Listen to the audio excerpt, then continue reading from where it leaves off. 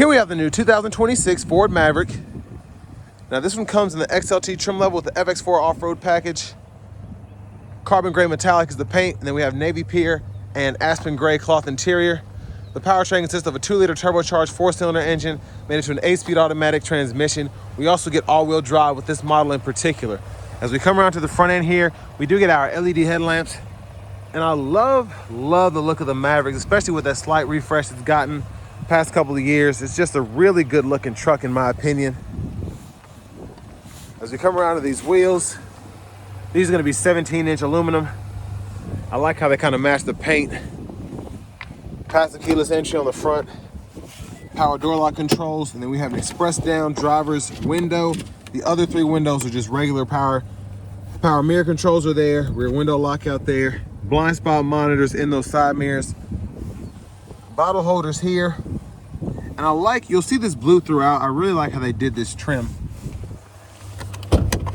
Hood release, cargo lamp, headlamp controls, manual tilt telescoping steering wheel.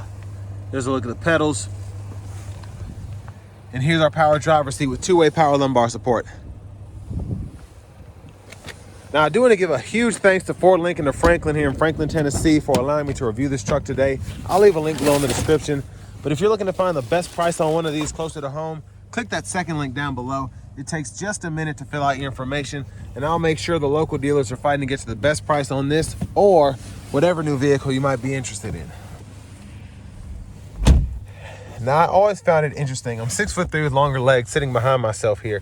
I always found it interesting that the Maverick seems to have more space than the Ranger. So I like that, but I just always thought it was kind of weird because the truck doesn't look as big as the Ranger, but you have so much more rear seat space, in my opinion. You get 2 USB-C charge ports, a 3-prong household plug-in here. And there's a look at the front from back here. Headroom back here is amazing as well. So that, I don't think you can push. Oh, you can, okay. So you have to push back there, and that's how you get it going. Interesting. And there's a grab handle. You can hang a shirt or a pair of pants right there. Now, if you need the child locks, they're right there. Just take a key, turn it one way or the other. And then back over here, you can actually pull this seat. You just pull that down there. And then your top tethers are actually behind the seat itself. So an interesting setup there. Not something you see on a lot of pickup trucks. So I like that they did that. Fuel filler.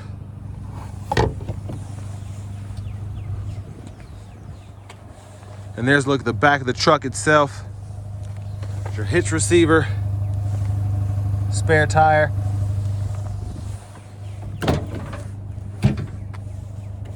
And then you do get a 3-prong household plug-in back here as well.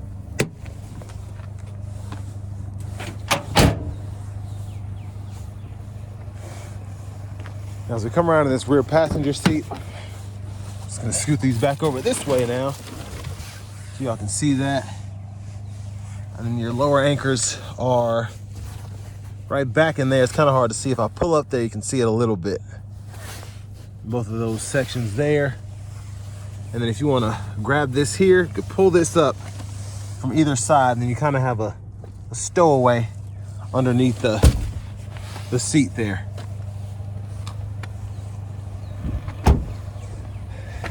I'm going to show you all the window stickers. The sun's come out, so you can pause anywhere you need to take a closer look at anything. And excuse the glare. And then here are the options: the FX4 off-road package, the XLT luxury package. But $36,185 is that sticker price.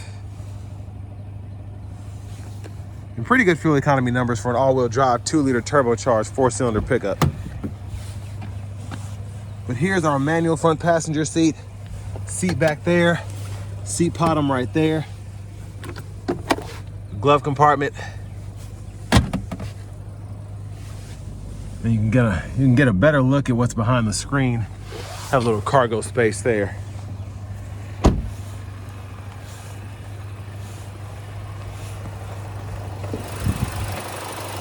But there's that 2-liter turbocharged 4-cylinder.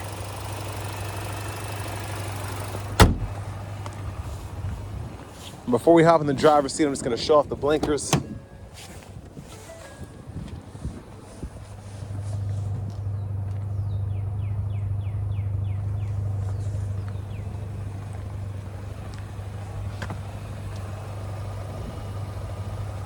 Let's go ahead and hop in here.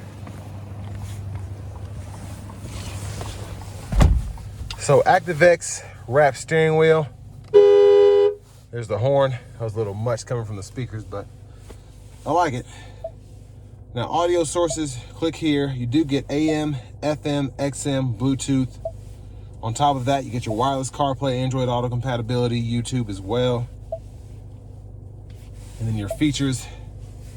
The driver assistance includes your lane keeping system, the pre-collision assist, blind spot, all of that. And then your settings, you go over here. General settings include your language you can set up, as well as your units of measurement that you can do individually as well. Now you have your climate controls down below, single zone automatic, so you can adjust either side there, or adjust the temperature there, the fan speed here, and then either side's heated seats in the corners, and your heated steering wheel is right there. And you can choose direction and circulation and all of that. Now backup cameras here, guidelines follow you as you turn the steering wheel. Picture is actually really good, I think. And then down here we have a volume knob. You can click that to turn the audio off. And you can kind of seek here. And then you have a calm screen you can set up. That'll pull that up. Hazards. And then you have your defroster. And then you have your automatic brake hold there. Down here, a USB-C, USB-A duo. And then you can have the phones on the pads here. You don't have a wireless charging pad here. I just have my phone sitting there to kind of show you, how you can use this space. And I really like how they've done it, especially the color combo. Bottle holders are here. For the shifter, just hit the brake, reverse, neutral, drive. And you have that low gear there. Your electronic parking brake, pull up to engage, hit the brake, press down and disengage. Traction control toggles here, auto stop toggles here, and then you have your downhill brake control or hill descent right there. Center console cubby space, kind of hard to see in there, but decent size for this kind of truck. There's a look at the back seat from up here. Sunglasses holder, LED reading lights, vanity mirror, and then back over here, left side stock, blinkers, high beams, and then this button on the side is your lane keeping system, so it'll tell you when it's on or off. And then right side stock, one time off, intermittent low, high for your wipers, and then you can adjust that intermittent frequency right there, pull up for the fluid. Left side of the steering wheel, cruise control, you can toggle that on or off, cancel, set your speed, resume. Then you have your volume down, volume up, mute.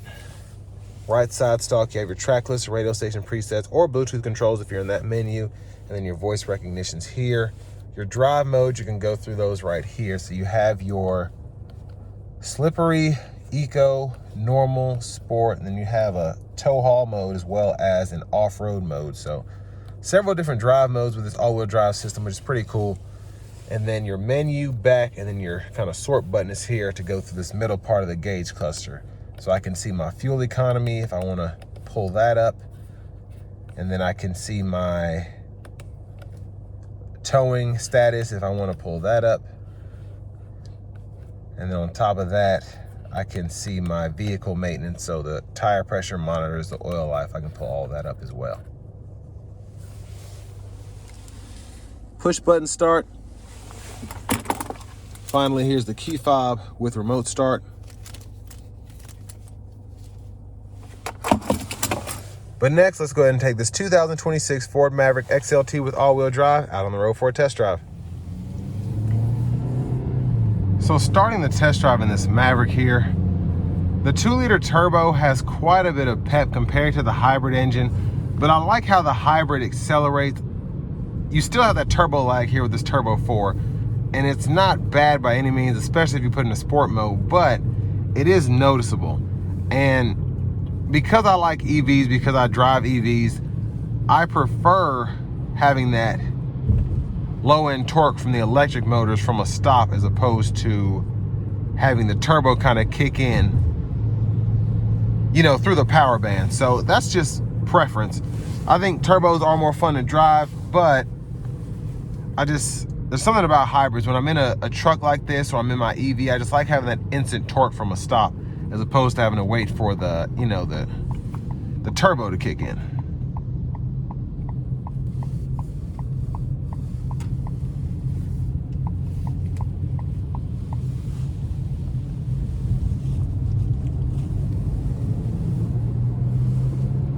Now I'm here in the normal mode. Now I'm gonna go to eco. Or maybe I was in eco. But regardless, it gets up pretty nicely in the eco mode here. Now the eco mode, I feel like in the hybrid, it definitely tries to limit you as much as possible so you can get that 40 plus city fuel economy. But here when you're just trying to get mid 20s, low 20s, it helps, but you're still able to push this thing quite a bit.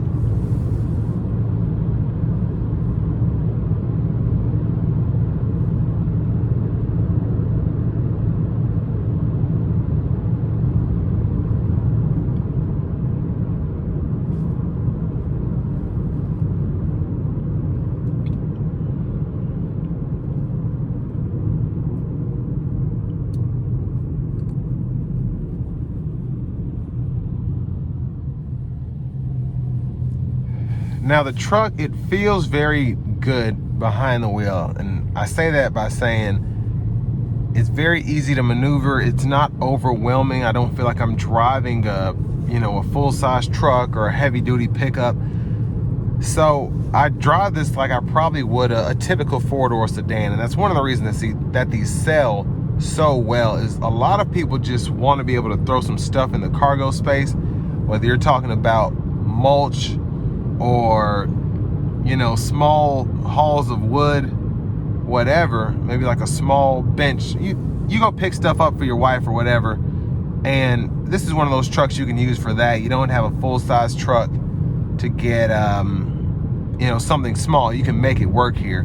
You can also tow a small trailer as well, which helps. But again, this just doesn't feel like a heavy-duty truck. It doesn't feel like a full-size truck. It feels like a Ford Maverick, and that's again why these sell so well. There's a huge market for these kind of pickup trucks that are decent daily drivers, get good fuel economy. You just kind of have to know how to get to that right buyer. I feel like Ford's done a great job, whereas manufacturers like Hyundai, they haven't been able to really hit it out of the park like Ford has with this.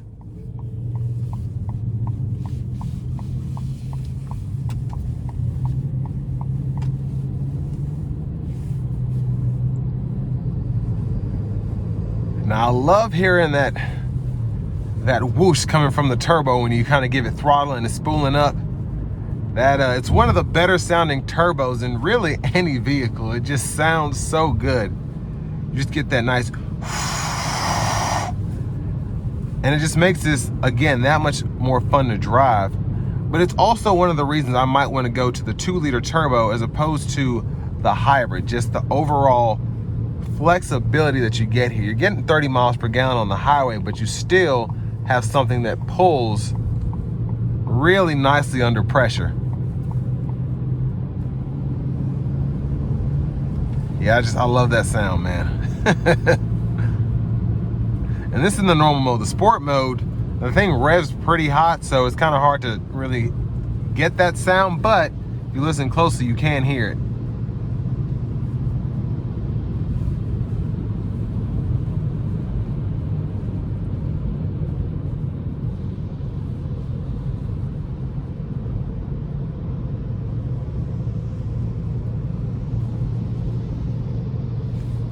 Now I'm gonna put in the sport mode now.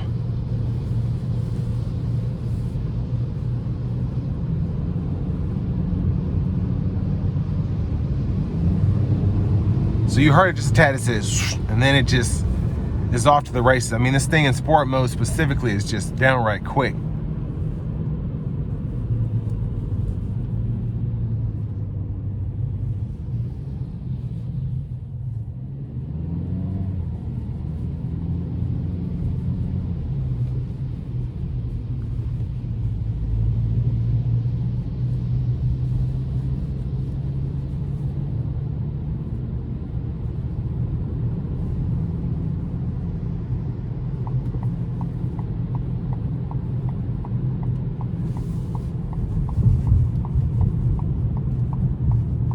I'm kind of sandwiched between this slowpoke and the car behind me, so I'm going to try to give it a pull here, though. Here we go.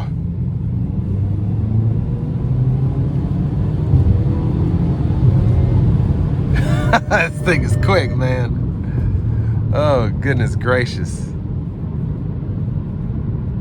Yeah, I mean, it just pulls so nicely. It's crazy.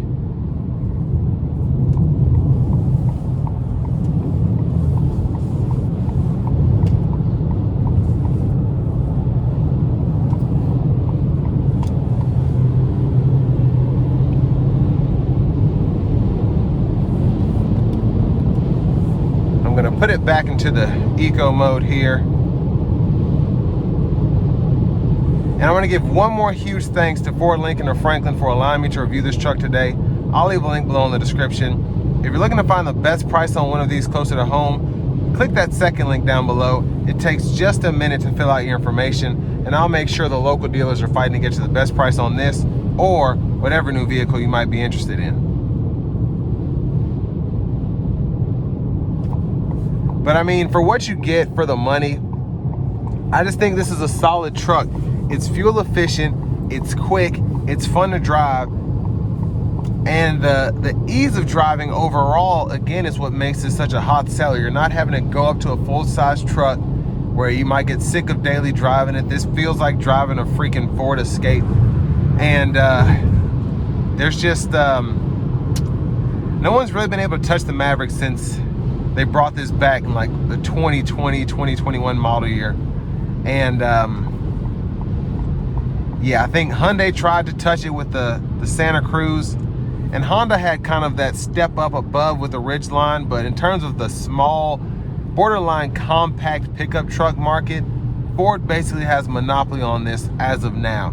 And I mean, the price is right, the tech is right, the space in here is right, the powertrain's right, and it's a looker too, so you can't really be mad at some of these other manufacturers that can't get it like Ford. So all that being said, this will bring me to the end of my review of this 2026 Ford Maverick XLT with all-wheel drive.